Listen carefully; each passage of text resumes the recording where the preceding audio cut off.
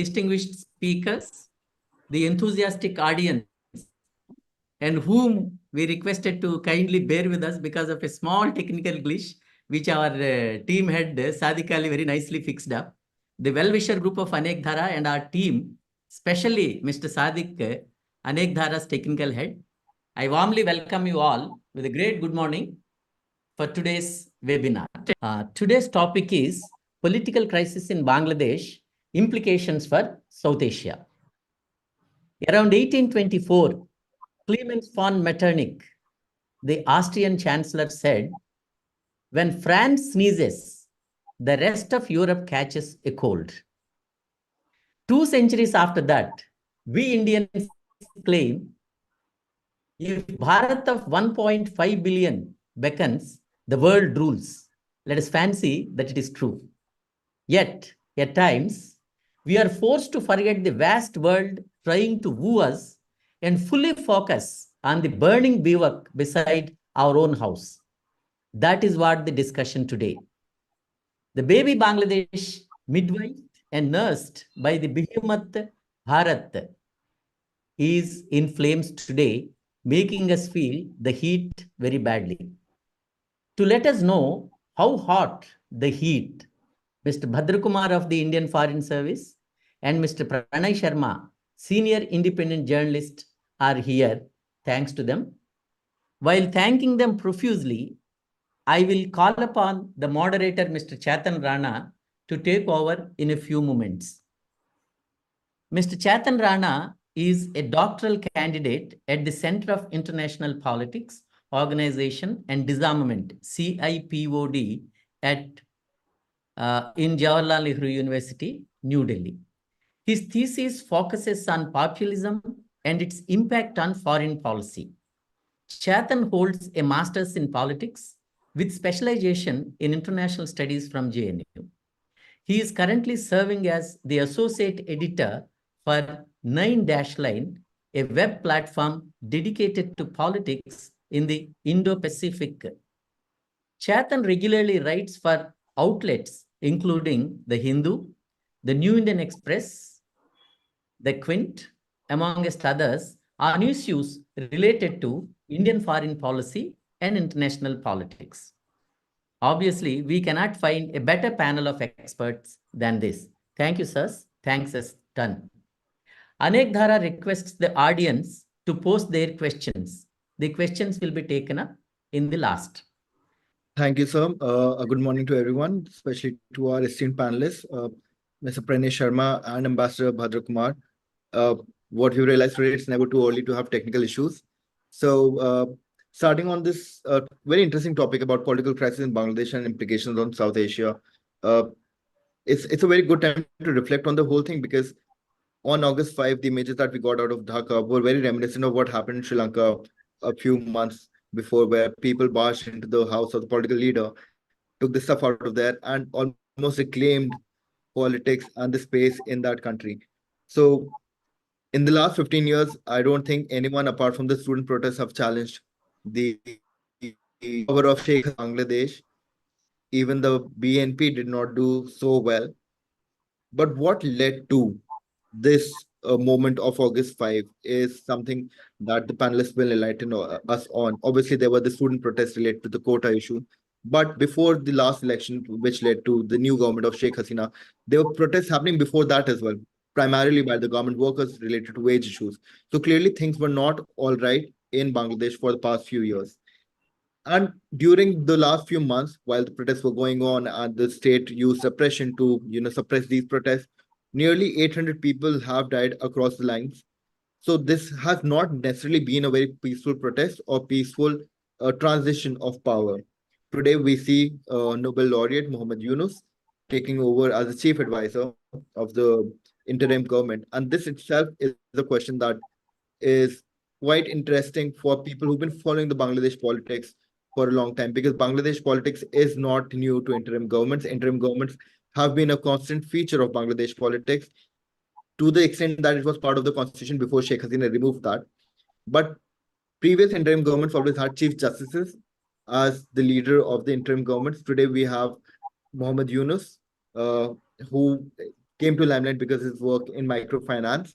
And what we see is in the interim government, we have other members who've been part of this civil society and microfinance political economy who've become part of this interim government as well. So what does this say about the new reality in Bangladesh? And finally, when we're talking about South Asia, Bangladesh is a key uh, indicator of the politics in South Asia because on a lot of parameters of development, Bangladesh outdoes even India, right? So what if it was doing so well? What went so wrong that the people had to come up almost in arms against the government? Secondly, Bangladesh is also a key site for the contestation between India and China. The Awami League and Sheikh Hasina have been blamed for being extremely pro-India, but China has been the largest trading partner of Bangladesh in that period as well. So what happens now with Mohammed Yunus in power? Finally, one of the most interesting and most important foreign policy or security issue that Bangladesh will have to tackle now is also the issue of Rohingya, which Bangladesh and India share concerns and ideally systemized plans over because the Arakan army is active in Rakhine again. That should, uh, in all probability, exacerbate the issue of Rohingyas. So, how will the new government in Bangladesh deal with that? And what does this say about democracy in South Asia today? So, with these questions, I would like to invite upon Ambassador M.K. Bhadrakumar to address these questions, enlighten us with his wisdom. Ambassador Bhadrakumar was a PhD student like me a while ago. He was working on Tennessee Williams, and then he joined the Foreign Service, served 30 years in the service. During his stint in the Foreign Service, he's uh, he's been at Soviet Union. He's also served as the director of Pakistan, Afghanistan, and Iran, one of the most important divisions of the MEA. And after that, he's been at Bonn, Colombo, Seoul, and been the ambassador to Turkey and Uzbekistan. He consistently writes in major publications like the Hindu and Deccan Herald, and we're very glad and privileged to have him with us today. So the floor is yours. Thank you for inviting me, and thank you, Chetan, for your warm references. We sort of lost half an hour, so I suppose we need to calibrate accordingly. Let me plunge straight into the topic. I want to make a few remarks in three clusters. One is what really happened in Bangladesh. A proper understanding of that is necessary as the starting point. Secondly, Sadiq, you mentioned about the geopolitical implications, which is actually related to, in my opinion, to what really happened there. The third part is naturally the impact on India. This is a very consequential event, undoubtedly, and how this is going to change the regional politics and how this is going to impact Indian interests is the third aspect of it. So let me get started. Bangladesh is not a unique country in so far as it suffered from bad governance. This is a running feature of almost the entire region, including our country. So the first thing we have to really see is this: that that to my mind, you mentioned about my background of work in Pakistan. It's something like 14 years I worked on Pakistan. Now I can tell you that if there is a turmoil of this kind, almost bordering on insurrection, then Pakistan was a fit case for it, and a long time ago, but it didn't happen. So this must be also noted carefully that to some extent this happened in Sri Lanka, the last outburst in Sri Lanka, bringing about the overthrow of Rajapaksa. But other than that, this has not been a problem in Sri Lanka also, even though it went through a violent upheaval in terms of its civil war, and almost all state institutions, got affected, and there were even allegations of state terrorism and so on. So you see, we need to therefore look carefully into the anatomy of this upheaval in Bangladesh. In my assessment, there can be varying opinions. In my assessment, this happened. I will come straight to the point. This happened because of American intervention. I wrote about it in 2-3 articles I attempted. But the general opinion in our corporate media has been in an entirely different direction. All of a sudden finding fault with democracy deficit and so on. Let me mention, repeat what I said in the beginning, that these are issues which are affecting the entire region. Democracy deficit, alienation of sections of the population, free and fair elections, level playing field not being available to opposition political parties, misuse of state machinery to crack down on political dissent and opposition, stymieing the intellectual climate. All these things are features that as Indians we are familiar with in our own lives. So I won't get into that. The fact of the matter is that Sheikh Hasina was a many splendid thing, in the sense that, first and foremost, as an Indian, I must duly acknowledge that she was a great friend of India. And she was always very sensitive to India's core interests and vital concerns, and accommodated our needs and requirements from the security angle, economic angle, and so on, geopolitical angle, and so on. But Bangladesh political life is very competitive and tough. And it has a tortuous history going back right to its birth. All this taken into account, she was living in a difficult environment, perilous at times, and she resorted to methods to stay in power, which I personally can understand, but cannot agree with. But this is a subjective opinion. Objective reality is that she was in power, and therefore, it's like riding a tiger. Dismounting is difficult. It can be dangerous, and you just keep going all the way. This happens to many politicians, in power. Her performance on the economic side has been very good, and even amidst all this turmoil, the fact is that it was Bangladesh was being spotted in the international opinion as a country with a great future if it kept up the momentum, economic momentum. So this is a kind of confidence that she could instill. But then conditions in external environment for Bangladesh deteriorated, as it is deteriorated for a number of countries. And, in terms of access to markets and so on, protectionism is a fact of life. And Bangladesh depends critically on textile exports. All these things, made the conditions very rough and challenging. And therefore, the very recent period, if you take, the economic performance slowed down. But the discontent there in Bangladesh has been more in terms of democracy deficit. I want to mention this because when Sri Lanka comes into the discussion zone, it is always about finding fault with Sheikh Hasina's repression, her authoritarian behavior, and so on.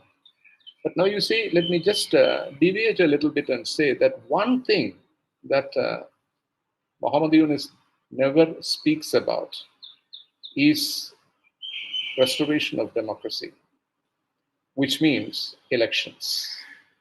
Now, this is very important to note. He is shying away from it. Now, I am a firm believer in democracy, and if I think that there is a democracy deficit, the answer lies in injecting into the paradigm heavy doses of democracy. That is the only way to do this. But what he's attempting, therefore, is a recipe for a train crash. How soon it happens remains to be seen. But coming back to the earlier point, it was mentioned that Bangladesh is in geostrategy is a very crucial component of the region, and a region which is also highly sensitive because the locus of world politics is shifting towards Asia, and Bangladesh is situated in the underbelly, or so to say, in the junction between two of the big powers in the Asian region, that is China and India. And therefore, its geostrategic importance has increased dramatically in the last decade or so. I will deal with the India-China relations with regard to Bangladesh a little later in the second cluster. But let me mention this, that Americans never could hide the fact that their failure to manipulate Sheikh Hasina in a certain geopolitical direction brought about this wrath towards her. And there was actually, in bits and pieces, if you analyze, time doesn't permit, but if you analyze, you find an extremely intrusive approach towards the Sri Lankan situation on the part of Washington. I mentioned this because, therefore, Bangladesh situation, what happened in Bangladesh is worrisome for India also. Because when you just use this expression called color revolution, it brings in connotations, and that is why I refuse to bring that into the picture. But what took place is a color revolution, to sum up. That is discontent, dissent, insufficiencies in problems of governance, so to speak. All these taken together, the country was facing a crisis, and it needed to be attended to. But what has aggravated the situation and makes it really critical today is the external intervention. Now, if anyone had watched the videos coming out of New York, videos of Muhammad Yunus's performance there, especially the victory lap with Clinton, which was there, which is gone viral, the video there, you would know that the victory lap was all about openly celebrating the color revolution. Muhammad Yunus had taken with him the student leaders, asked them to join the victory lap on the stage podium with Clinton standing by their side. For those who have not seen the video, let me just touch upon it. And praise them to the heavens. And one of the things he mentioned is that do not think that what took place was accidental or that it was spontaneous. It was very carefully planned and a long time ago and systematically. And what we have seen, the turmoil, is the end result of it. The man admitted this, and it was a sight to see Clinton clapping. You know, this is what came out of New York, Muhammad Yunus. I would have imagined that the new leader would have at least a meeting with my prime minister. That was not on his priority at all. He headed to meet Biden. And when you say Nobel laureate, it creates perceptions and misperceptions. Misperceptions is, that gives halo. to Nobel laureates. But if you look at the list of Nobel laureates carefully, in the even in the Cold War era, whether it is for literature or for anything else, and especially in the present era, if you look at it, why are certain Iranians or certain Russians being given an undue share of Nobel Prizes these days? It's a very difficult question. So Nobel Prize has lost its glamour, but for the uninformed sections of world opinion, there is a halo about it. His only qualification is that the Americans, and he holds two of the highest awards in America, civilian awards in America, which had been conferred on him by Obama administration, President Obama first, and then also by the US Congress. And some say he also holds American citizenship. I really don't know. And I don't have the means to check it out. But I wouldn't be surprised. So, this kind of a person, his specialty is microfinance. And how do you relate it to the present situation in Bangladesh? Bangladesh's main requirement, to my opinion, is that he needs to it needs to return back to the democratic track. The return to democracy is the number one priority. But he has no experience in political life at all. And it would have been, as someone mentioned earlier, the appropriate thing would have been, given the vast experience Bangladesh has with interim governments, it would have been more appropriate to have someone from the judiciary. But then they have, the first whip they cracked was on the Chief Justice of Bangladesh and brought in a person who was educated in America as the new Chief Justice. So you see a systematic revamping of the state institutions is taking place there. There is absolutely, the democracy deficit aspect has taken the back seat. No one talks about it. And in fact, I read in the newspapers, it is almost everyone realizes that it's a long haul before elections will be held in Bangladesh. And in the meanwhile, things are taking place which are highly disturbing in terms of, first and foremost, in terms of the release of the Islamist leader, and now the trend towards forming an Islamist alliance, etc. Why is this disturbing? It is not because I blame the Bangladeshis. It is because our region has a gory history of Islamism being used as a geopolitical tool by the Americans, which dates back, in fact, to the Afghan Jihad and subsequent period in Afghanistan. It all sums up, it was a geopolitical tool.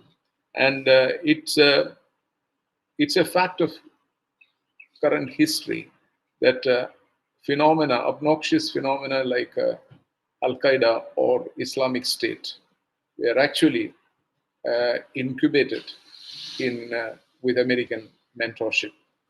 So this being the case, it's very disturbing because Bangladesh. This is not my understanding of Bangladeshi culture. Even this is antithetical to Bangladeshi culture. So what will happen is really very disturbing, to think of, and the geopolitical thing. When you come to the second cluster, geopolitical thing has to be analyzed in terms of, everyone analyzes it in terms of China's rise. That undoubtedly is the number one leitmotif, in the sense that this country borders China, and any country that borders China is of interest to the Americans. But then that's not the whole story. The whole story is also involving Asia's future trajectory. And where I mentioned that India is also a big player and a potential superpower. In fact, nowadays, it doesn't even hesitate to display its overarching ambitions as a great power. What happens lies only in the womb of time. But this is causing concern also, misgivings also in the American mind. We must remember that, because there are contradictions in the US-Indian relationship also, which do not get reflected in our discourses often. And these are in terms of the Americans' wariness about the rise of a second China, quote unquote, second China in Asia. Starting with that, the resentment about our strategic autonomy, and which was reflected very clearly during the Ukraine crisis, their persistent demands that we roll back our ties with Russia. So you see and India's stubborn refusal to do that. So all this makes India a very difficult partner. And above all, India's refusal to be part of any kind of military alliance and plowing its own furrow. This is the kind of sturdy independence, especially under the present government, I think. It has been taken to a point that Americans have to openly warn us, like the American ambassador in Delhi, openly warn that a certain action of our prime minister visiting Moscow and meeting Putin is something they cannot accept.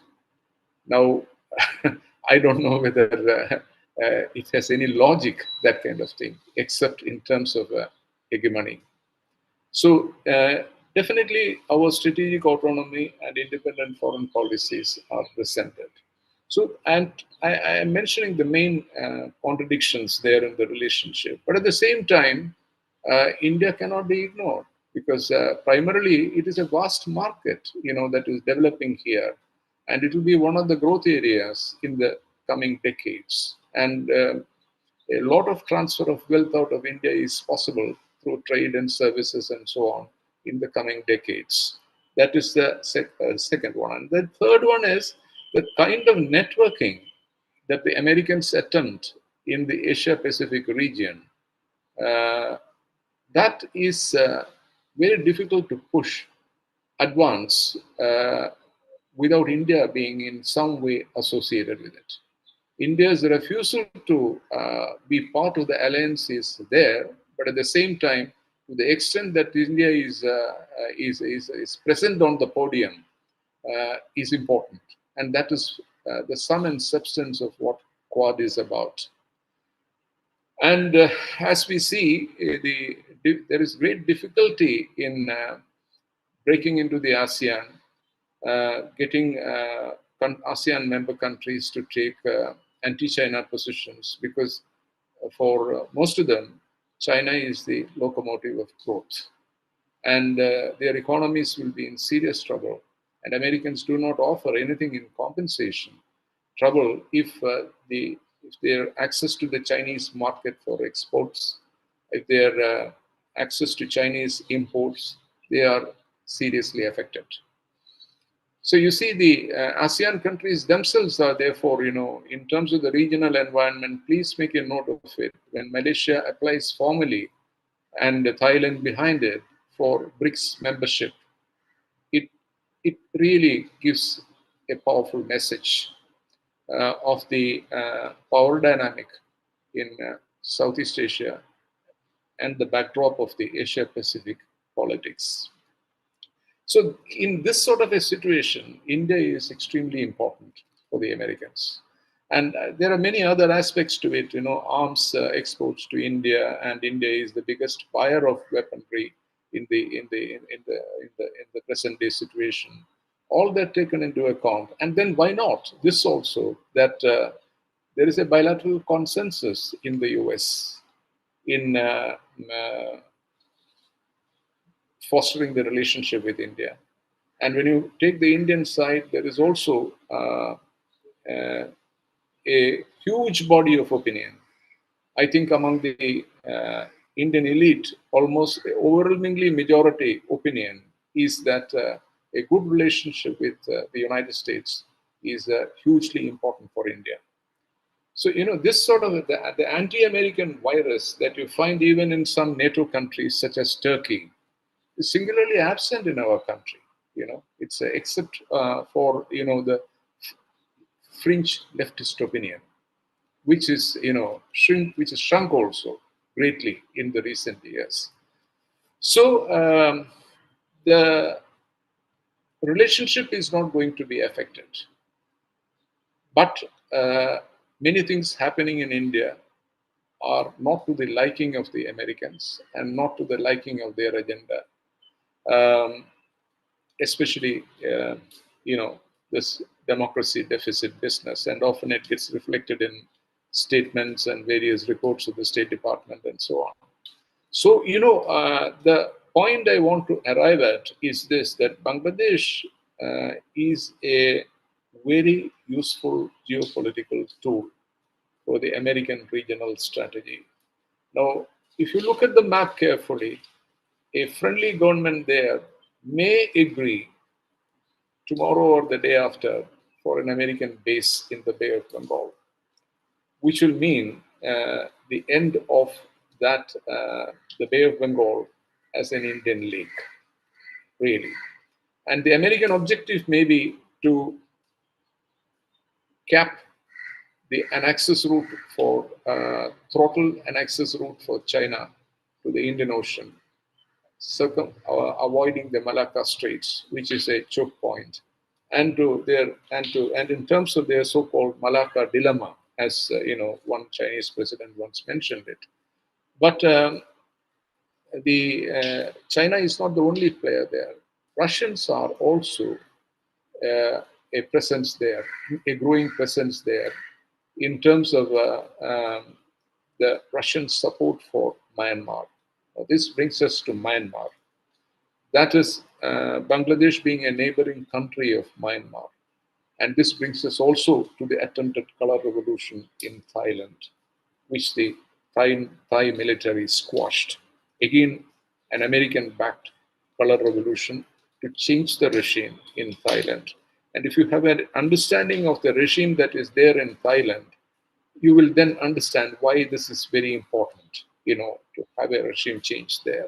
And again, pillion riding a student moment in Thailand. And they almost took over power. Then the military squashed it and set it aside. A certain milder variant of Pakistan, the army's presence, military's presence, saved the country from that color revolution being taken to its logical conclusion and back off. Now, that is important. That country is important for the Americans in their geostrategy because it borders Myanmar. And it is going to be an access route for China, again, down to the Malacca Straits, to the Bay of Bengal, and to the Indian Ocean. So, all these things are happening in a certain context. Now, for the first time, the Americans get a sanctuary. For their operatives, a sanctuary. I saw a report, in fact, 3 days ago, that an American aircraft, which usually the special forces use, flew over India and came and landed over Indian airspace and landed in Chittagong region, Chittagong Hills, which borders Myanmar. So, and then a month ago, I came across reports which mentioned that American and British mercenaries are now working with the rebels in Myanmar. So, we simplify saying that this is an India-China issue. It is not an India-China issue, in my opinion. An India-China factor is there. There is great competitive. It's a very competitive relationship with regard to South Asian countries. India-China struggle, but that is not the whole be-all and end-all of it. These Russian bases, and now Russia is one of the biggest arms suppliers to the Myanmar military. So the Russian presence possible, the Chinese presence possible, the importance of Myanmar as a border state of China and an access route for China, its oil pipeline, its transportation route, and so on. All this taken into account, what we're talking about is, this India-China tension is a sideshow. What is unfolding there is a huge drama, a big drama of a struggle which is part of the global struggle for dominance, and it is playing out in Ukraine, Eurasia. It is playing out in a certain way in the Middle East, and it is playing out in Asia. So this we must see that this is the geopolitical aspect of it. And I end this portion by just linking it to the contradictions in India-US relationship, which I touched on briefly. Now, that means that the Bangladesh situation can be used for arm twisting India, because India also has a border, a 3,000-kilometer border, and a restive northeastern region where politics get mixed up with religion and all kinds of complexities exist, access route and all that. So this is important. And one aspect I need to mention here briefly is about what happened in Pakistan in the last one and a half years.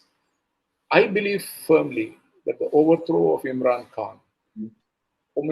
Khan's allegation was absolutely correct.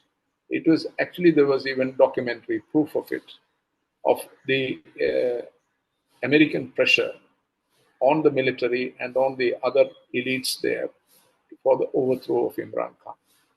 And that took place only because of Imran Khan's contacts with the Kremlin leadership. So you see, I have very little time left now, but let me say that this Pakistan thing also comes into play, because the rise of Islamism in Bangladesh will mean a proximity developing between the political elite in Dhaka and Islamabad, and in terms of contacts between the agencies and so on. So you see, what we have is, we have a unpalatable situation on our western border, and a very disturbing situation is developing on our eastern border. And Bangladesh, as I mentioned, it's a much bigger, longer border, 3,000 kilometers. It's a very tricky situation. So this is the impact of that crisis on Indian interests. And how this plays out remains to be seen. The best hope lies in the restoration of democracy in Bangladesh as quickly as possible, because I firmly believe that howsoever unpalatable a political elite is, still, if it's the elected representatives of the people, it is acceptable. And let them commit mistakes, but provided the people get a fair chance to reject them or to elect a different leadership. When that option ends, then we are entering a dark era, a dark age. Anything becomes possible. So I hope only that kind of a thing will not happen. And that is where Muhammad Yunus's leadership is something I consider to be very inadequate to steer the Bangladesh state out of this crisis. Thank you. I will touch on any other issues in the question hour later. That is up to you. Thank you, sir. Thank you for that very interesting and very detailed analysis of how the American grand strategy always operate in undercurrents and background, even if it's not extremely visible, and how the potential rise of political Islam again in South Asia is something that India needs to look seriously at. Now, the next speaker is Mr. Pranay Sharma, who is a senior independent journalist, has been associated with the Telegraph and the Outlook in past. He's also held editorial positions of foreign editor and chief of bureau. He's worked in Kolkata TV, for which he did a number of documentaries focused on Bangladesh during his time. He's a fluent Bengali speaker. He has been embedded in the Bangladeshi community.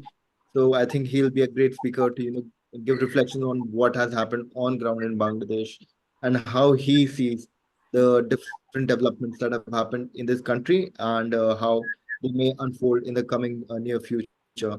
Thank you, sir, and the floor is yours.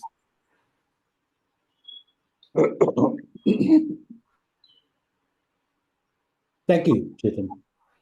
And thank you, Dr. Bhadrakumar. I mean, it was lovely hearing you after a long time.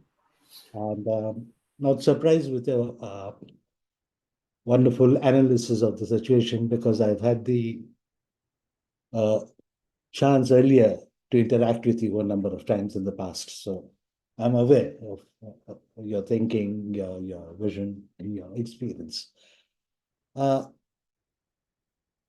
I'll do, I will try and reflect, since what Chetan mentioned, that being a Bengali speaker, there are certain advantages. I regularly read the Bengali media in Bangladesh and engage with a lot of friends there. So I will try and reflect their views first, how they look at what has happened on August 5th, and how they want India to look at them, and also what are the implications for the region. That will come later. Let me start with the fact that the shock and surprise that we all had after Sheikh Hasina's dismissal and forced departure from Bangladesh on August 5th. That has subsided, perhaps, that shock and surprise is no longer there as it was in the initial days. We have got more used to it. But that doesn't necessarily mean that our questions that we have all been answered. In fact, I think many more questions have now been raised. And it will take a while for us to find answers to them. Several analysts' opinions have come. They all try to make sense of what has happened in Bangladesh. But the whole picture we have not yet arrived at. And that is understandable because it is still playing out. It's an evolving situation. The way I see it, there's a huge churn going on in Bangladesh, where different sections, be it in politics, be it in business, in the security, in the civil society, everyone is taking this opportunity, which some have started describing as a second liberation. But the fact remains that Sheikh Hasina's departure has created a huge void, on which the interim administration, as well as all the other political parties who claimed that they were marginalized so far and are trying to come back to the political center, are finding difficult to fill. It'll take them a while to find their own rhythm, how to deal with that situation. But there are several challenges there. At the moment, there is not a single word of positive analysis of Sheikh Hasina. Every day, if you look at the media, the opinion makers, they're only negative remarks or whatever they have to say about Hasina. Whatever she has done or touched or spoke about, everything is like contaminated gold. She is almost the devil incarnate. And descriptions have been there, from being the destroyer of democracy to stamping out dissent, the opposition voice, presiding over a huge empire of corruption. All that is there. I guess it's going to take a while for any kind of a proper analysis of Sheikh Hasina and her contribution to Bangladesh.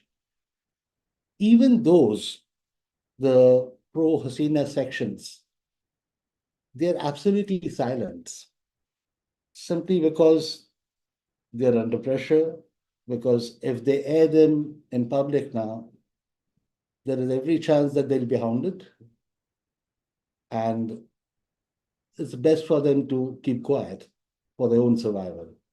So this is the situation I see.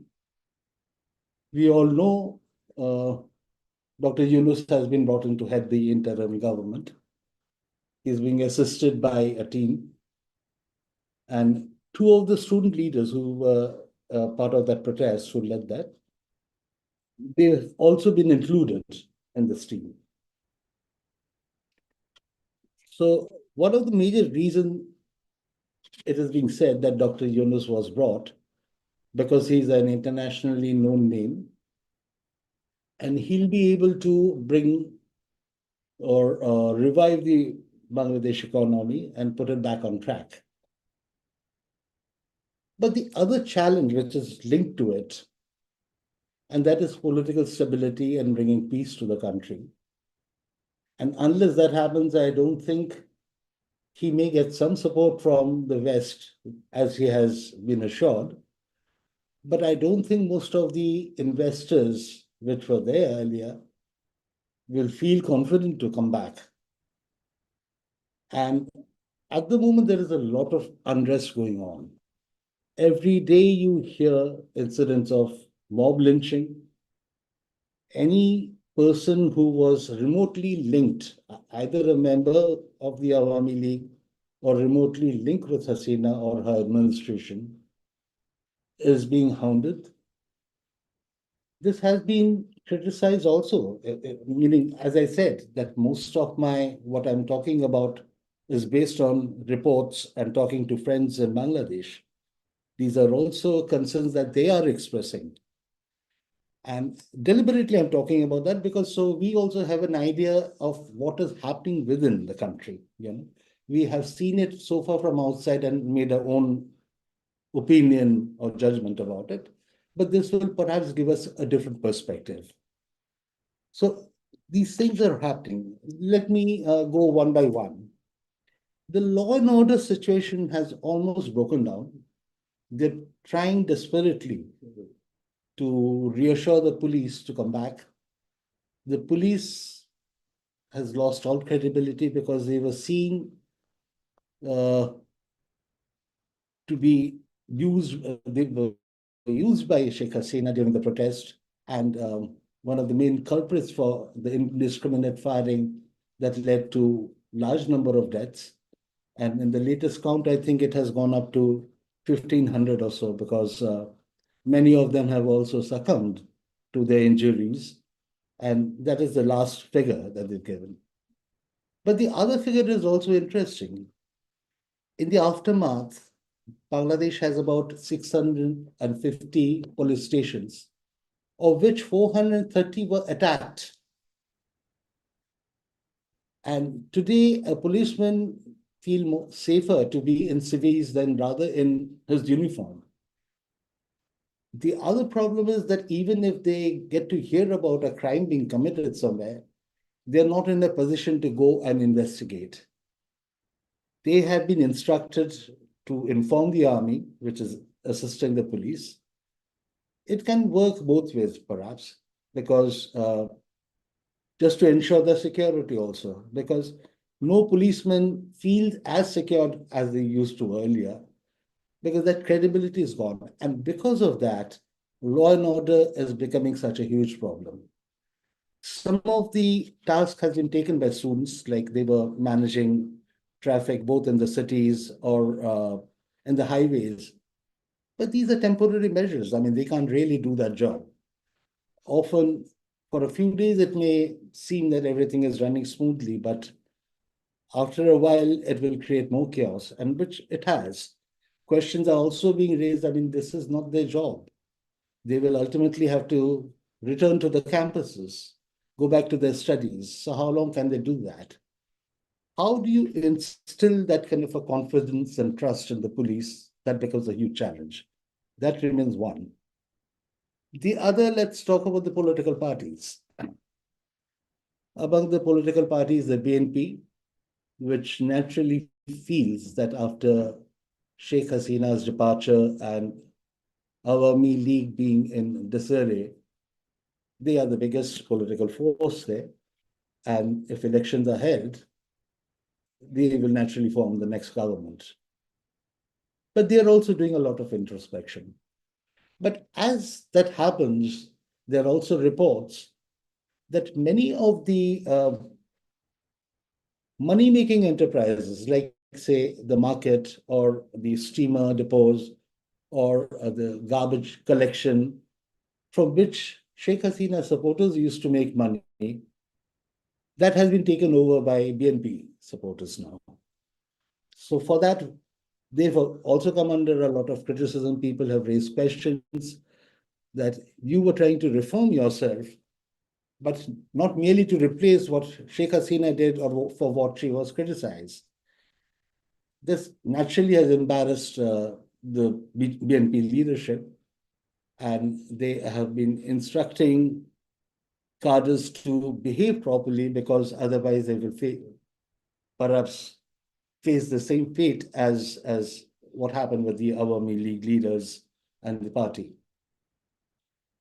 But no one is sure whether the sage advice has really worked.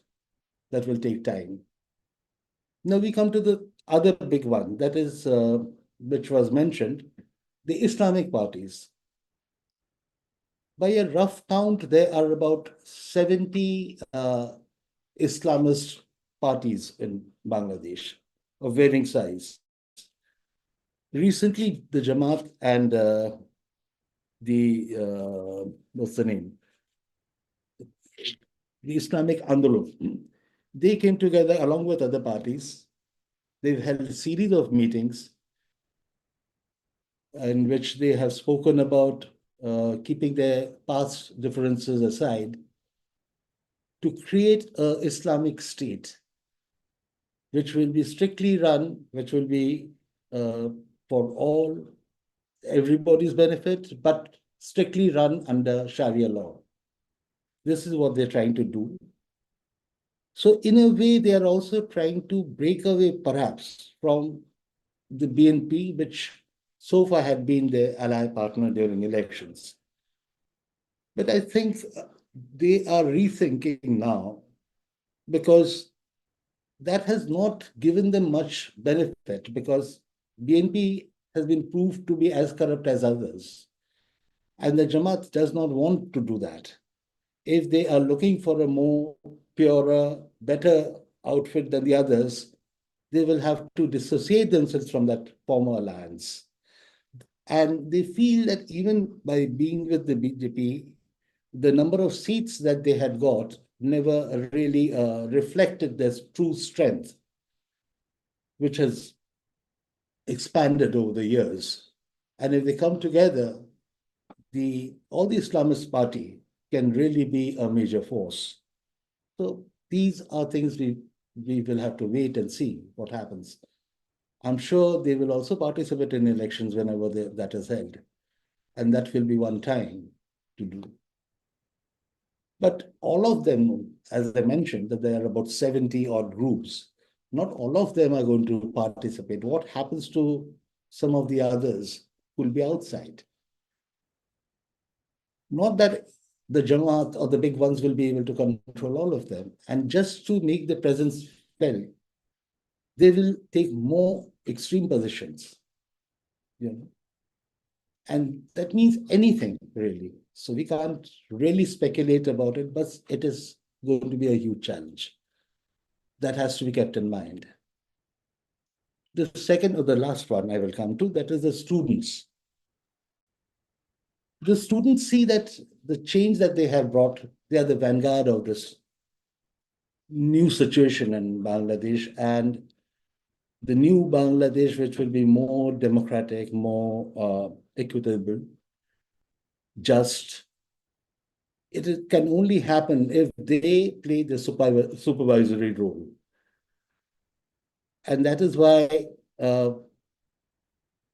what they have said officially, or particularly those who have been in the administration, that does not always reflect what is happening outside. Because there have been incidents, and I'll mention a particular one which has outraged even many Bangladeshis. A former student leader who belonged to Awami League, he was picked up, beaten up, then he was given lunch, then again beaten up to death. Meaning, if this kind of a thing happens, so how are they any different from what they have been accusing the Hasina government of? They're going to another extreme now. This kind of a vendetta which is going on, anyone who had any connection with Awami League, then we come to the appointments in the universities and colleges. Many of the chancellors who were there, or teachers or professors, have been asked to leave simply because they were either perceived to be close to Awami League or they were appointed during a 16-year rule. Some of them have been brought back, but that is the situation where even the teachers don't feel confident.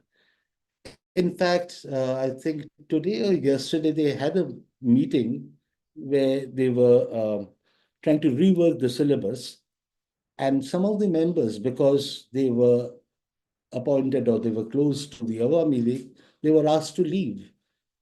But the others, thankfully, have all raised strong protests against that this can't go on, this kind of a witch hunt. Now, the fourth part, and the other part, what happened, there was an examination, a very crucial examination which was going on, and students just entered there, disrupted everything, and they felt that that examination should not be held. Now, what the praise for the students came because they were working as a cohesive unit. They showed maturity during the protest. A lot of people were really impressed that even when top leaders were arrested, they managed to continue with the protests. They did not give in. But today, a lot of these fissures are coming out. I'm not so sure if the coordination committee, which was there, is totally in control of all students in the country, because many of them are working on their own or as individual groups or smaller groups and questioning that authority, which we found by these kind of incidents of mob lynching and rushing in or disrupting elections. Unless they are stopped, there will be many more such incidents. And the fourth one in this is a very crucial one. The relation that teachers and students used to enjoy, that has totally been destroyed. Because a lot of them have been seen as collaborators with Army League. And so many of them, though, have returned. They are not sure that how they will be treated by the students in future. So I think the churn that I was talking about, it will take a while for that dust to settle down. Now I come to Dr. Yunus. To put it mildly, he has been a disappointment.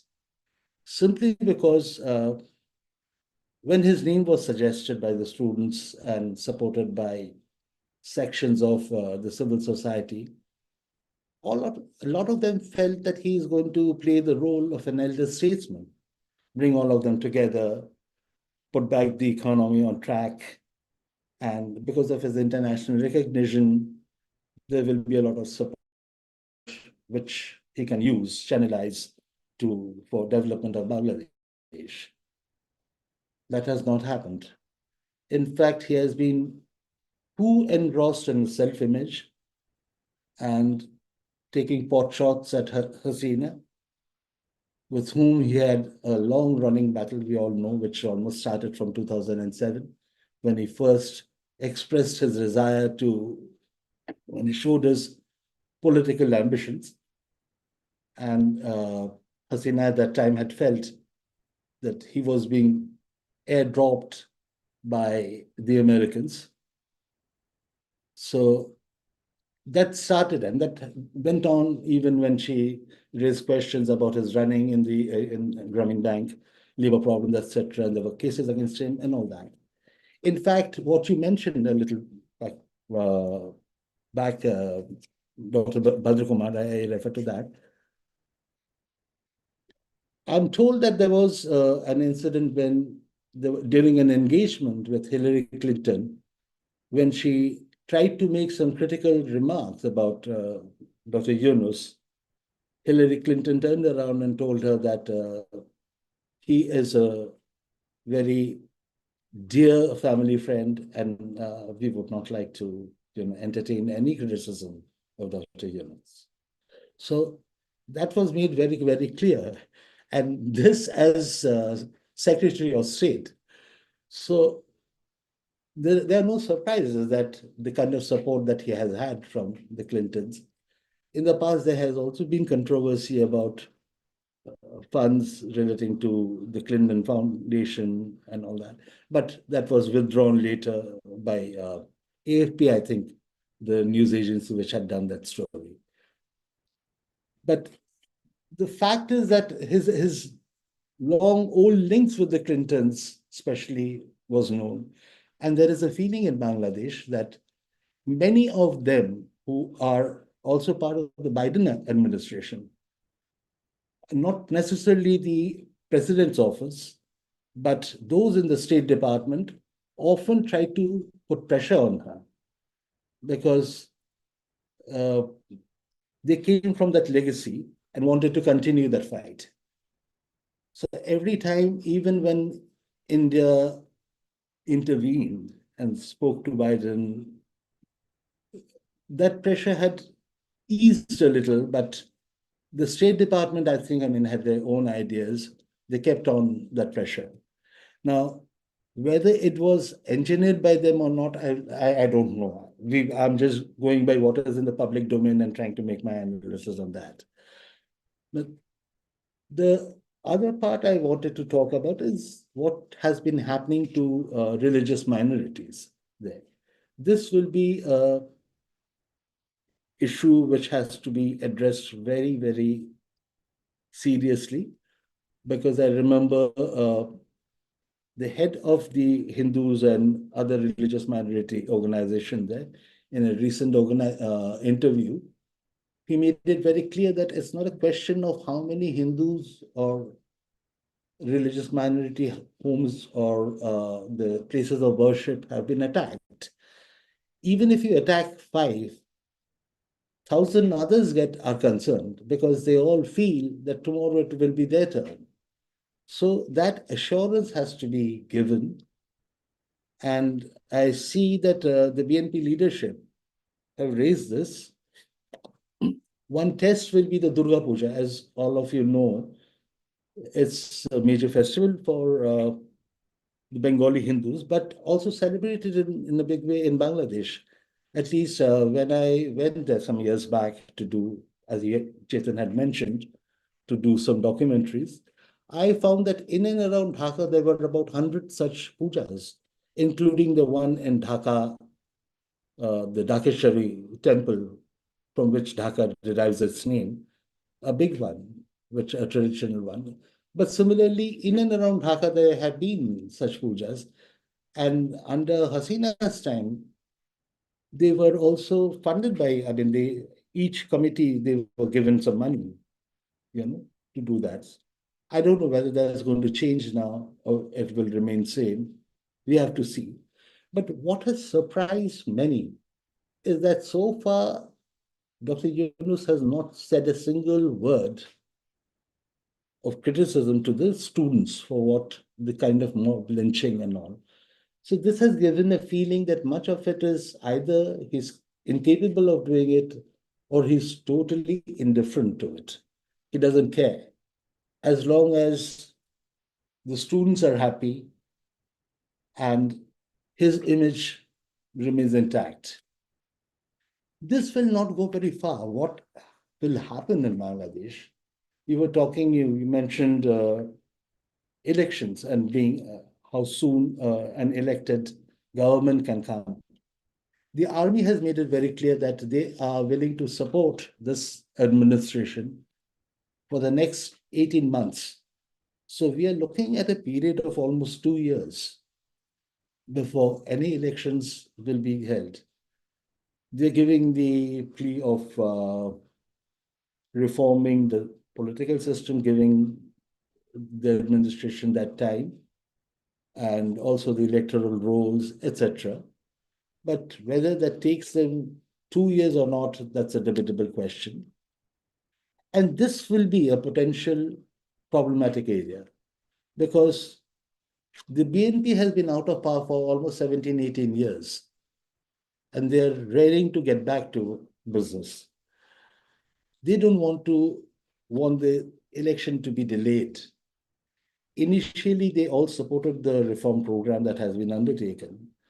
But as days goes, I find more and more statements being made that elections and the running of the country should be done by an elected government. So they'll all pressurize the new administration for that. Now let's come to how they see India's reaction to what happened in Bangladesh. The students' grievances mainly are India has misread the entire situation. It has tried to look at only through the prism of a conspiracy. The sacrifices that we made, the courage that we've shown against Hasina's police and her supporters. We were beaten up regularly. Despite all that, that has been underplayed. This is one area which they think this India has not done justice at all, and there should be a proper perspective. In my own opinion, I think, and I don't know how many of you had watched her press conference on July 14th. It's very interesting to see because she had just come back from China.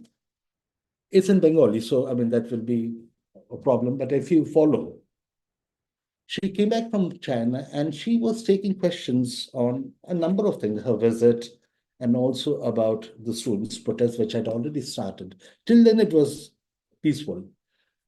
And she was trying to explain why it is not possible for her in the government, unless the court gives a ruling, to bring down the quota. And for that, the students will have to wait and all.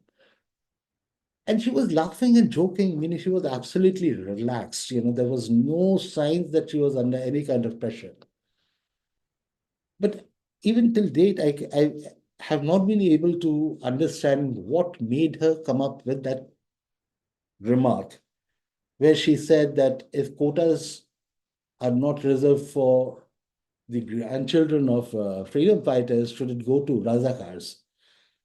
And we all know what it means in Bangladesh. And from that day on, you can call it a coincidence, or you can call that was the trigger. The protest went to another level. And as it went to another level, Sheikh Hasina also tried to use all the tools that were under her command to suppress that. There was indiscriminate firing. A large number of students died.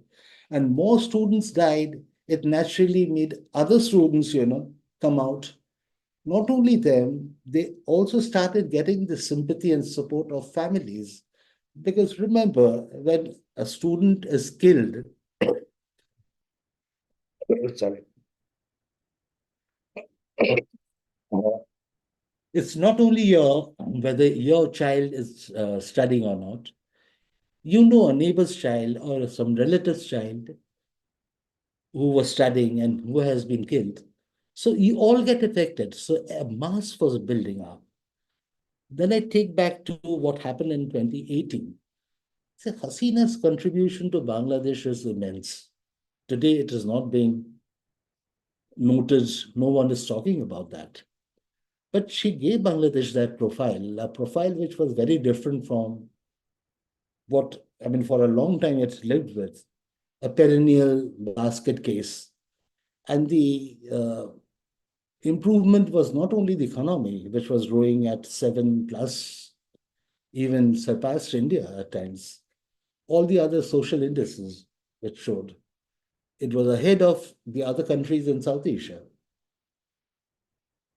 She got her long rule is now being described differently. Some say is the end of a long autocratic rule. Some would say it's the end of a status quo.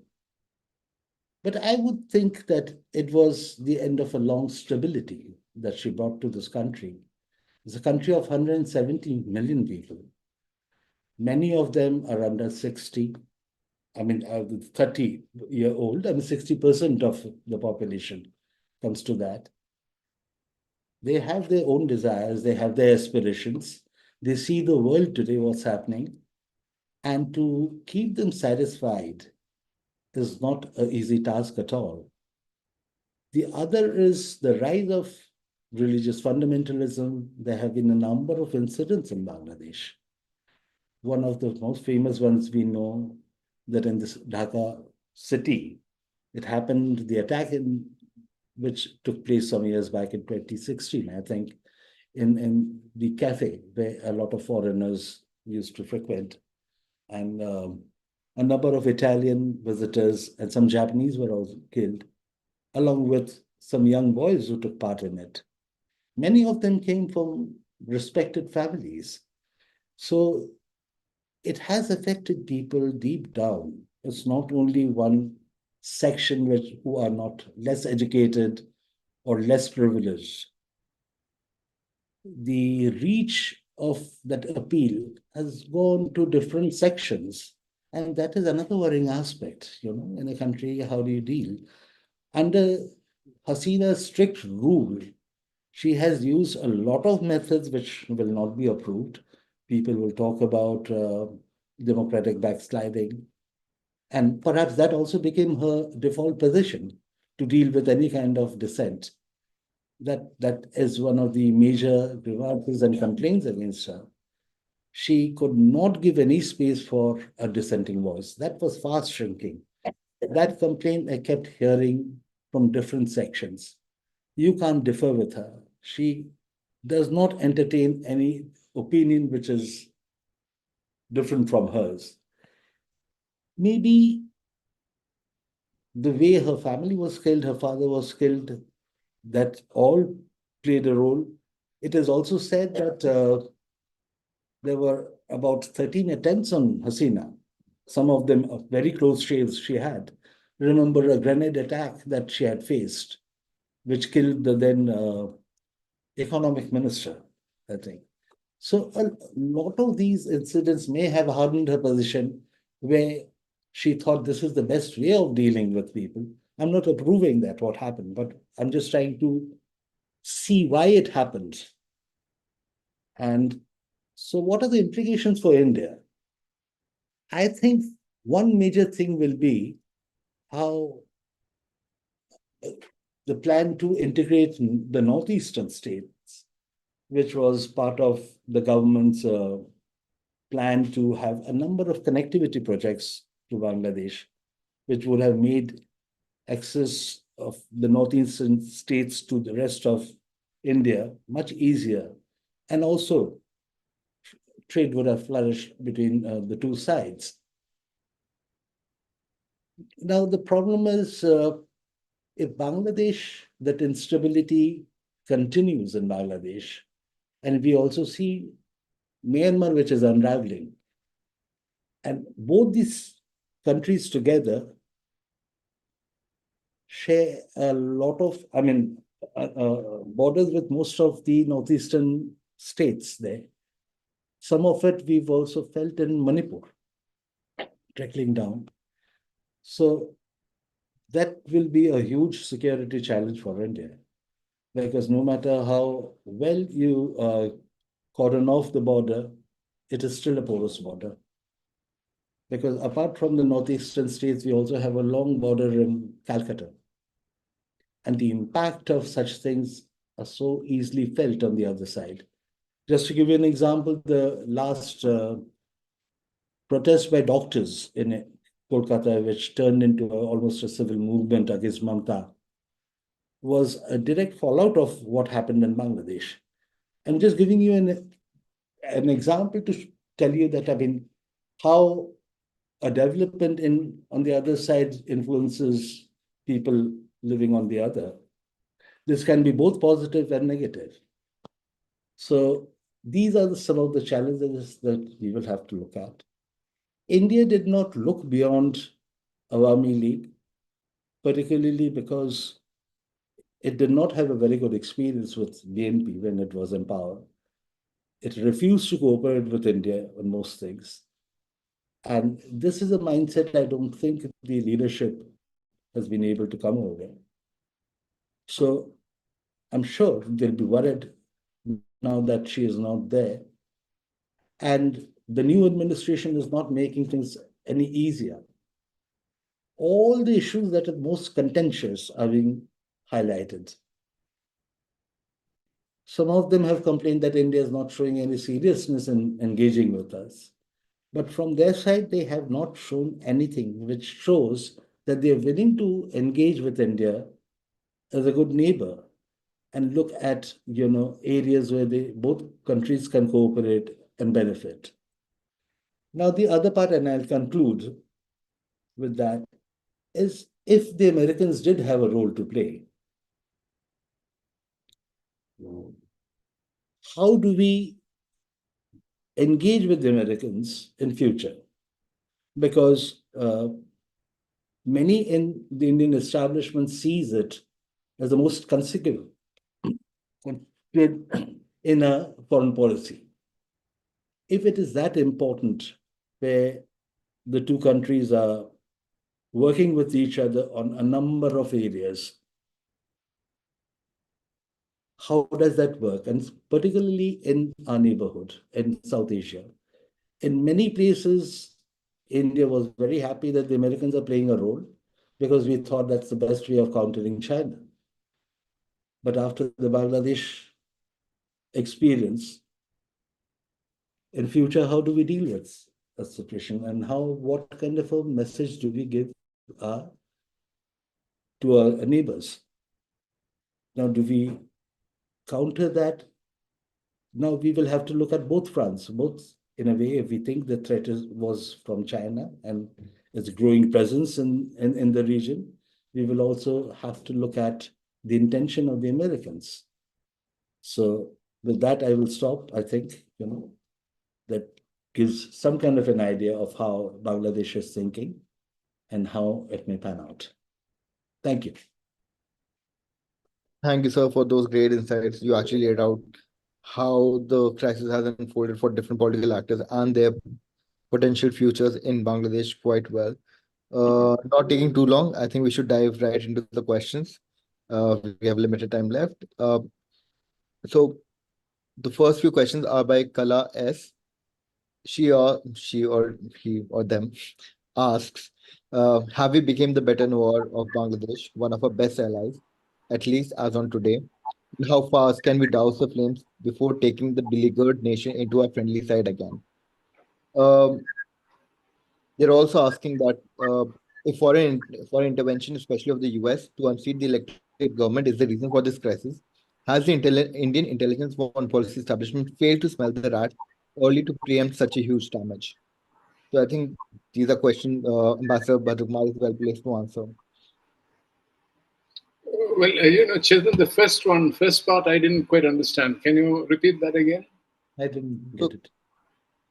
I think it's basically about how fast or how naturally can we bring Bangladesh back into the friendly side or the friendly books of India. And the second question is about the failure of the Indian intelligence or foreign policy establishment in in the ability to predict this for intervention. Yeah.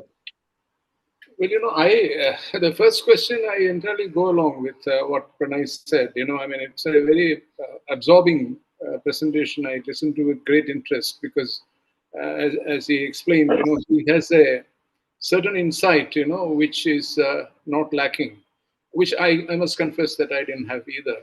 he brought into the play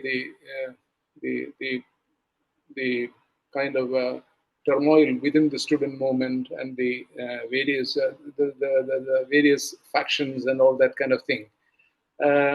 Islamist parties is a new thing. So taking the relationship back on a friendly track is, as he put it very correctly, is going to be a very formidable challenge for us. Any aspect of it that we look at. The only salience that I find is this, that, the old axiom that you have to live with your neighbor. And, you cannot prescribe your neighbor. So that holds good for India.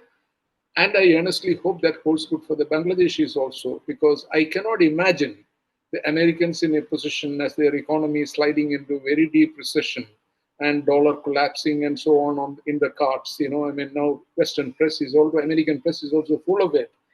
They are not going to be in a position to salvage the Bangladesh economy. And Europe is in crisis itself, European economy. So you see, the only two countries which can play a role there would be China and India. And I suppose that, rational thinking will prevail at some point, and it will be obvious to them that a benign neighbor like India would suit their interests best. And that might give momentum to a rethink, greater realism, and out of that, an engagement, a constructive engagement can follow. I don't rule it out at all. Personally, I don't think that it is extremely important aspect. I don't think that it is the rise of Islamism is something that we have to be fearing. We have to be frightened about. It is avoidable, but if it comes to that, we can deal with it, I suppose, because my experience in the bureaucracy is that we are very pragmatic about these things. And as you know, a certain peaceful coexistence has been possible with the Taliban government in Kabul. And this has been my experience also in forging links with the Afghan Mujahideen, which were regarded as the progenies of the ISI. So, an open mind, India is, we have an eclectic mind, and we should be able to cope with that, I think. But the important aspect is the external linkages. If the Islamist forces in Bangladesh, Sheikh Hasina prevented that, they get mentored by inimical forces in Pakistan or the Pakistani intelligence agency, then let me tell you, we have a serious problem. Because the coordinated activities may begin at some point. As far as the second part is concerned, which is about the failure of the intelligence, I do not think that once you've been in the bureaucracy, you are still continuing to have access to classified information. So I don't have anything to suggest that. But I know from experience, I've worked in Sri Lanka, very difficult years of LTTE and all that. We have a powerful intelligence network in our region. And I cannot imagine that we were sleeping, that they were sleeping, because it's a very vitally important relationship for India, very consequential. So it receives immediate attention in Delhi, anything happening there. So I cannot imagine that. But, in this kind of a situation, what happens is that if we had diversified our relationships, Hasina was simply too good for us. It's a dream partner, It doesn't happen often in interstate relationships like this. But if we had diversified it, then what would happen is the floodgates would have been opened. First of all, it would have generated in the supercharged political atmosphere in Bangladesh. And secondly, what happens is that, that might have contributed to the unraveling of Hasina's government, which is something which, is detrimental to our interests. So having understood, I see from the Chinese reaction, for example, that they were quite aware of this kind of thing happening. Probably they were quite aware of also because they have their number one obsession is with the Americans, what the Americans were up to there. Maybe, or could be that the Russians and the Chinese were exchanging notes and, they both were stakeholders in the situation. And so therefore, they were on guard. Russian reaction also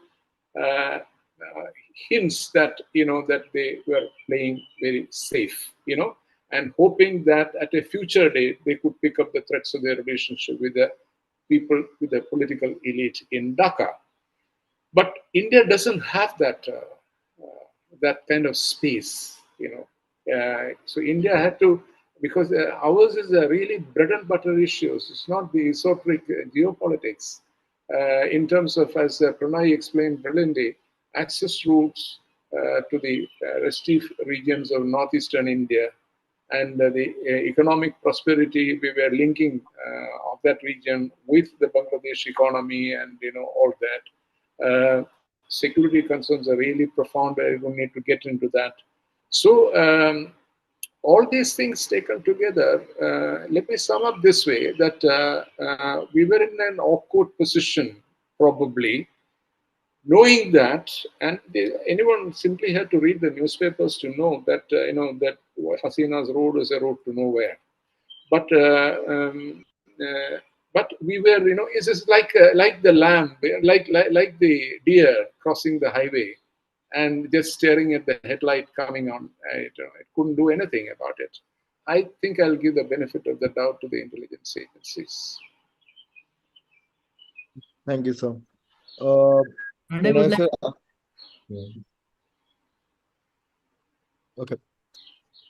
Pranay, sir, there's a question for you. Uh, what is the role of the army in Bangladesh right now? So Umesh Rai has asked, are they not the real Sutradhar?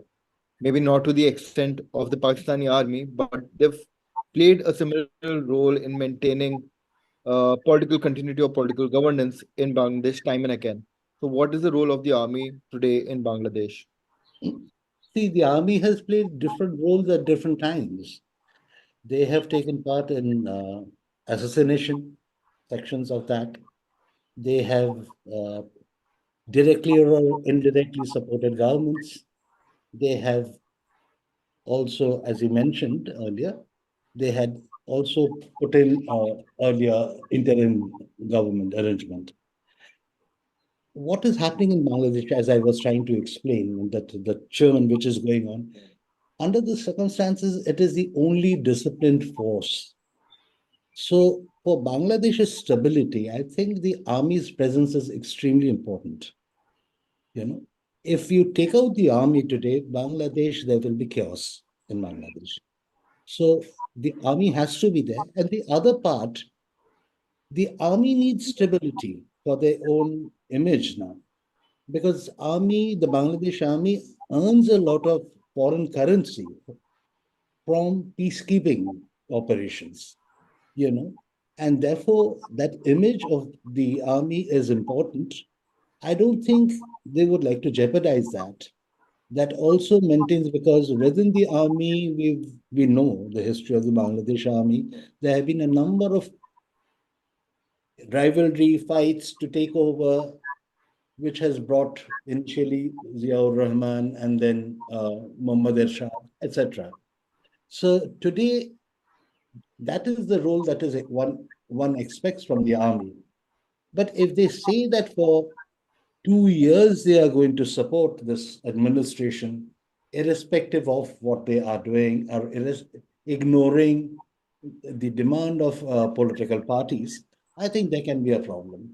Then the army will have to decide what role they are going to play. It will be more active. It's not only supporting it from the background, but then they will have to take a more proactive role. And what will be the consequences of that, we don't know. It can go either way. Because if there are larger number of deaths, today people who are cursing Sheikh Hasina may think, why isn't she there today? At least she held the country together. So let's see. The next question is from Gagrin Sir. He asks that scroll revelations claim that the Indian PM is pressurizing the government heads like Sri Lanka, Bangladesh, and others to give contracts to Adani and companies. Is this the reason for anti-India sentiment in these countries, as reported in newspapers? And what are the actual facts behind? So, a broader question is, what is contributing to the anti-India sentiment in the broader neighborhood? Who is it? Pick it up. Okay. Is it addressed to me or where you are? So it's an open question, sir. Okay. Both can kindly both deal. All right. Let me try. Uh, See, often, I mean, this Bangladesh former diplomat had told me once that it's not easy to be a neighbor of India, drawing an analogy from the Americans. This is what a lot of other countries say about the US. I can turn it around and say that from the Indian perspective, it is not easy to have smaller and insecure neighbors. You know, so it works both ways. What is required is uh, to build a kind of trust, kind of working relationship, to look at areas where you can cooperate. You each side may have long wish list. All of them cannot be fulfilled. There will be some which we can't. You will try to. If you have good relations, you perhaps you'll be able to resolve them. But if you have a strained relation, there is no way you can't force a big country like India to bend and then listen to you. And this is what I think a signal which is now coming out of Bangladesh, that we will set the rules of engagement for future. This, I think, is a very wrong one which is coming out. They will have to rethink about it if they are serious about it. I am sure that both countries need each other. It's important. And therefore, a bit of a rethinking is required. We have to restrain from making negative comments, which is only uh, making it difficult for us to normalize the relation. But I think a lot of this is also posturing. They know that every time you cannot reopen all agreements. If that happens, the confidence on the country goes. Meaning, if you're then from where do you start? Why only Adani's? There have been a number of other agreements. Will you start reopening all of them? And it doesn't work one way. It's a two-way traffic. What happens if India starts reviewing them? So I think, I mean, that kind of a realistic assessment will have to be made.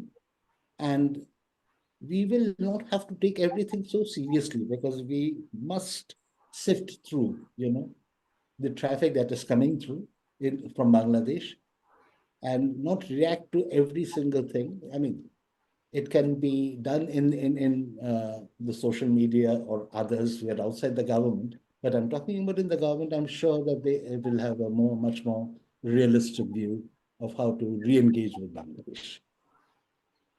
Chetan, let me just add one thing, that I think, in my opinion,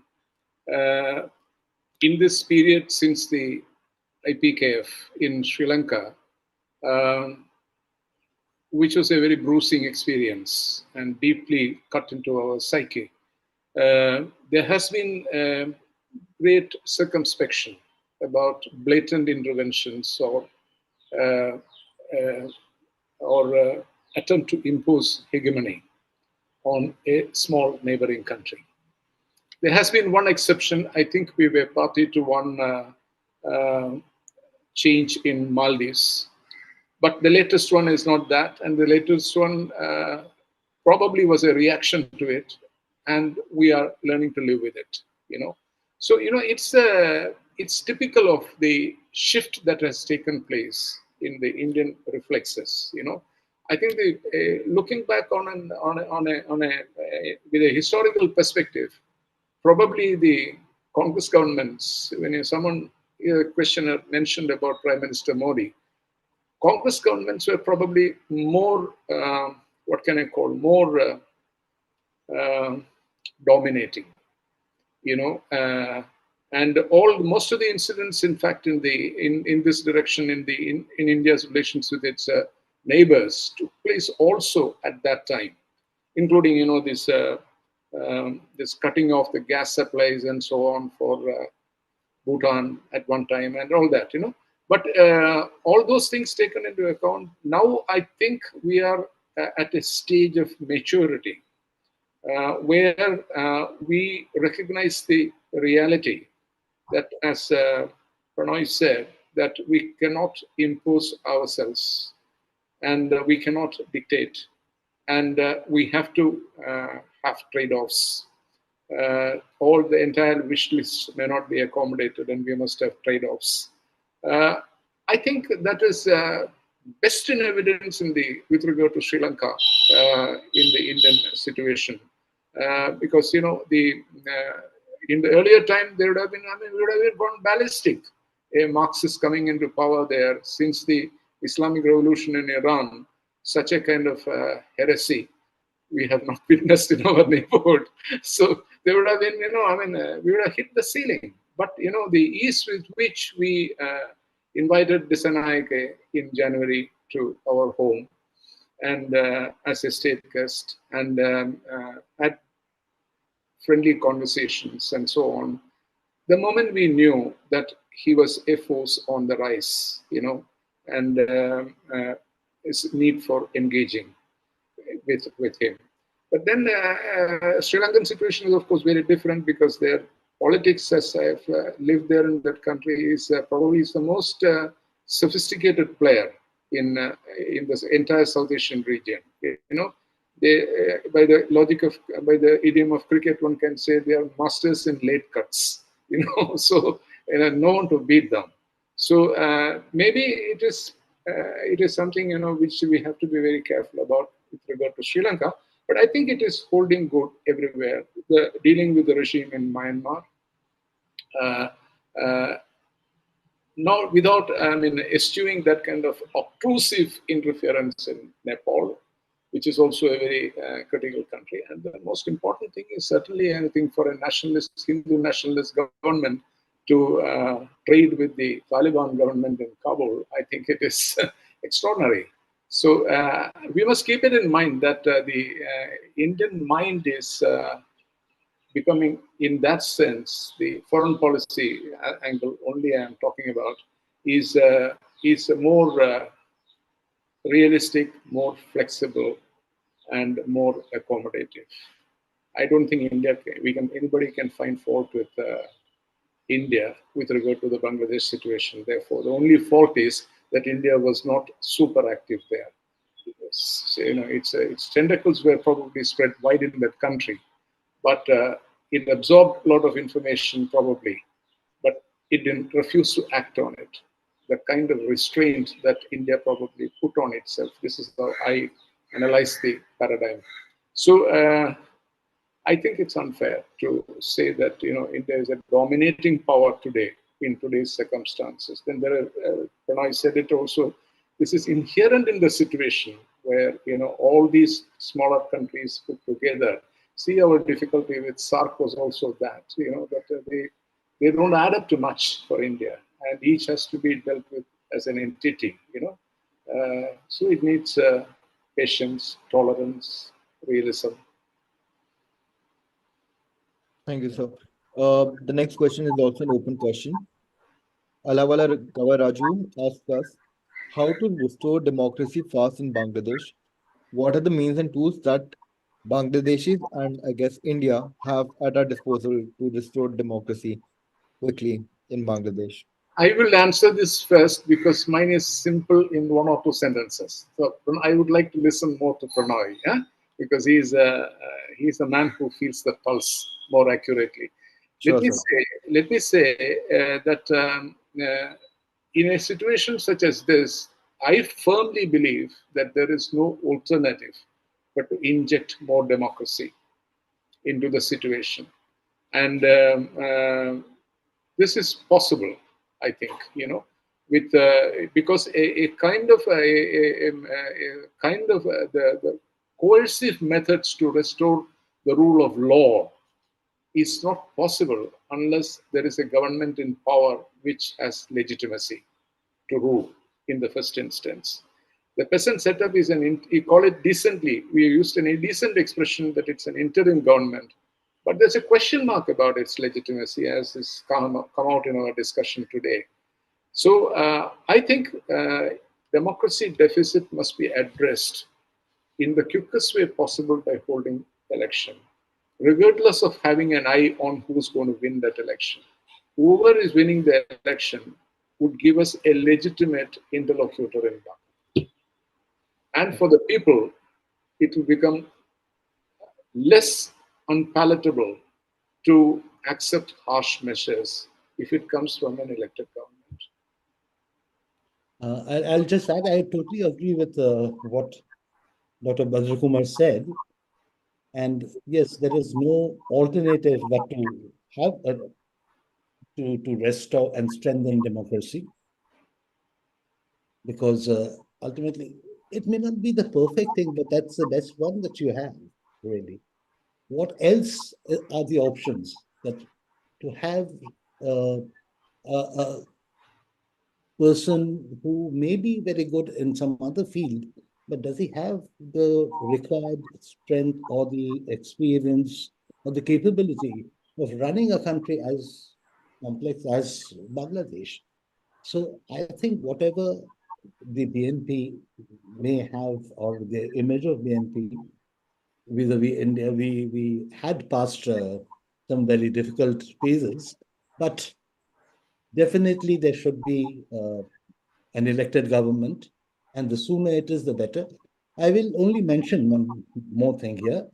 In one of the pieces by a former diplomat, I was reading that in 2008, when another such arrangement was there, Pranab Mukherjee, who he had intervened or he had suggested that uh, elections be held very soon. So I don't know during an interaction if that can be, suggested to the new administration that is there in Dhaka and how receptive they will be to it. But at least India can try as a friendly neighbor. You don't have to intervene or mediate, but you can at least give a solution that it may be best for you. And let's see what happens after that. I will add one more because I'm having a very good conversation with Pranay. The point is, we also must take note that in none of the statements from United States, meaningful statements, there has been any attempt to broach this subject. And we all agree that this is a crucial question and there is a centrality about it. But they are sidestepping it. And I don't think that, therefore, the Americans are in any tearing hurry to tell Yunus to hold election. And I think that he knows it also, that his mandate is somewhere else, So that is the kind of thing that is playing out. Therefore, what Pranay said is important. As things deteriorate and the army will rethink whether this is the best way and what kind of option they should exercise in terms of their historical memory. All that will come into play, and whether such powers that be are able to understand that the merits of having a representative form of government, we cannot pin hopes on it. I only mentioned that this is my best hope, but frankly speaking, I'm very pessimistic. We have two final questions. The first question, Ambassador Bhadrakumar can answer, is that how will the current situation in Bangladesh impact the Indian economy? The second question is for Pranay sir. It's largely about how the media coverage in India was about the whole Bangladesh crisis. So it was largely about the atrocities against the Hindu minorities. So the question from Sarla is that some feel while attacks on minorities in India have been rampant, crying horse over attacks on Hindus in Bangladesh rings hollow. Is it a correct or a skewed view? Pranay, shall I dispose of it? Please. Because it's not a very difficult thing to explain. The Indian economy's size is such that, frankly, we can absorb shocks. And this shock is possible to absorb. But the point is, there are very many efficient ways of doing a thing, addressing an economic issue in the northeastern region. And with cooperation from Bangladesh, we can handle it more efficiently in a more cost-effective way. And in the process, we build mutually beneficial relationship with that country. And I think the government was using that as a principal tool in building relations with Bangladesh. Many ways. And we are getting into also very sophisticated areas. Like for example, taking a role in the construction of the Russian nuclear power plant in Bangladesh. So we are graduating to higher levels also there. So without any question, it would have been a meaningful economic partner. And the very fact that it is a country of 170 million people makes it a significant market also for Indian exports. And I think the economic potential is very substantial. But let me go back to what I said in the beginning. The loss will be more, I think, Bangladesh's than India's, in the sense that we can absorb such shocks and keep going. The volume of the economy and the kind of pattern of partnerships that India has, which is, very little in the South Asian neighborhood, but much more in, the sophisticated markets of the Western world. I think whether it is technology flow, critical areas for India, technology flow, or investment potential, all that taken into account. So that's where it is. It's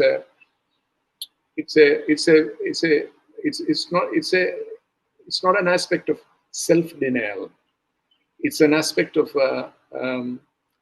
coming to terms with a situation, a harsh reality. I totally agree with what Dr. Bhadrakumar said, that India will be able to take that shock. I mean, even if that happens, though it's not desirable, but it will be able to take it. I'll give you the example that, I mean, some months back, if you remember, there was a Quit India movement sort of in Bangladesh. Soon after what happened in Maldives, they also tried to do something similar. But it didn't go very far. Maybe for two reasons, because Hasina was there in power at that time. And the other, they finally realized that it defies all economic and geographical logic. India is the nearest country. Your essential items, a lot of things that you're dependent on, comes from India. Why will you bring them from another country which is far away and at a much higher cost, probably? So that did not work. And Bangladeshis, I think, I mean, despite the posturing, they realize that to have good economic relations with India, you can talk about certain aspects which you want to review or you want that to be changed. That can happen between two friendly countries. And both are willing to accommodate each other's concerns. But just to reject the entire thing, I think, I mean, you will realize that doesn't really work in your favor. Media, you have to address. For media, right? Yeah. Sorry. And sir, if I may, I would just like to add one more question, like a part B of that question. So, in today's time, how do you see the role of media in politicization of Indian foreign policy in general? Because in this particular case, we saw the media went overboard, right? They were misusing videos from Pakistan, older videos from Bangladesh, even videos from India to claim that these are the atrocities happening against minority in Bangladesh. Nobody is denying that, atrocities did happen against minorities, but there was a clear agenda to focus on one particular aspect of the protest.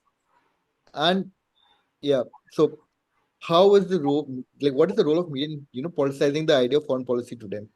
See, Chetan, I mean, this is not only specific to Bangladesh. The new media, especially the social media, has added a dimension which anyone who's in the profession is facing. I mean, this is a huge challenge. I remember when I was in Outlook, the doctored or photoshopped photographs which have been sent about some other country, and while we were doing a story, it was inadvertently used because it looked so genuine. But then later it was found out that that happened somewhere else. So this is a big one, what has been happening. Now, coming to Bangladesh and the opinion, for the past several weeks, I've been fighting or arguing with friends just to say, yes, there have been attacks, but please don't go overboard. Let us try and see, because there have also been, including from the Jamaat, where they had said that we've instructed our boys to guard these Hindu temples and their residences so that no future attacks happens.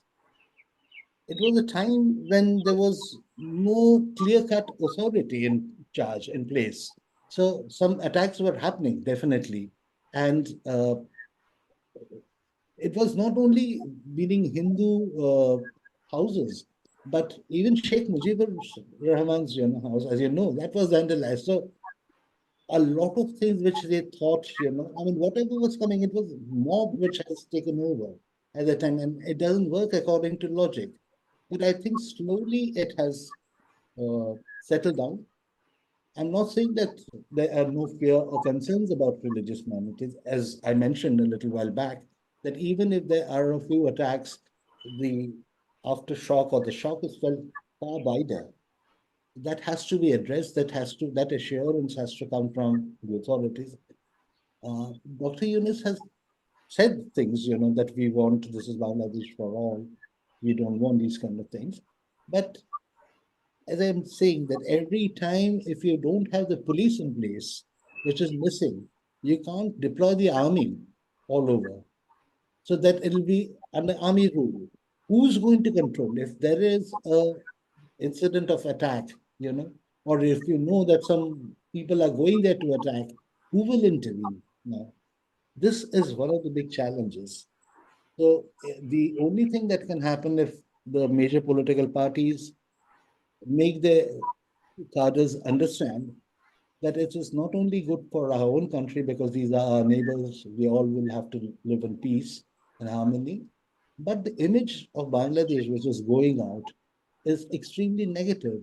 And the more such images go, or the opinion, I think it will be so much more difficult for the country to get back to normalcy. And therefore, I think, it is for their own need that they will have to ensure that these kind of attacks don't occur. And the Durga Puja will be a big test for that. But even beyond the Durga Puja, we will have to see, how things are panning out. Thank you, sir. I think we've really overshot our scheduled time. So thank you very much for this very fruitful and enriching discussion. I would now like to invite Gagarin, sir, to give word of thanks. Yeah. Thanks a lot, sir. In fact, it is a very enlightening session. Bhadrakumar sir, in his typical way, made 3 points, what happened and geopolitical implications and what is Indian interest. And in fact, Mr. Pranay Sharma has dealt very nicely. Confining only to conspiracy angle will definitely enable us, disable us to understand the situation as well as find solutions to it. And both of them are very unequivocal about restoring elected government as fast as possible, without which perhaps the solution will be very far from us. And Mr. Chetan Rana, the young scholar, has brought really experienced wisdom to the entire moderation. Thanks a lot, Mr. Chetan and Bhadrakumar sir and Pranay Sharma sir.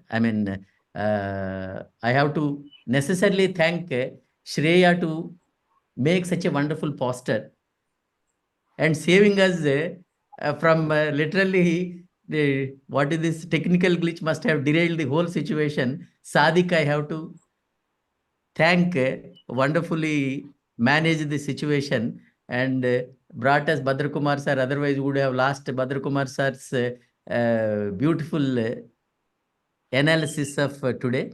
Thanks a lot, sir, and thanks, Sadik. Next webinar on the last Sunday of October is civil servants' participation in quasi-political organizations and the formalization of a deep state. This is what we are trying to bring in the next October.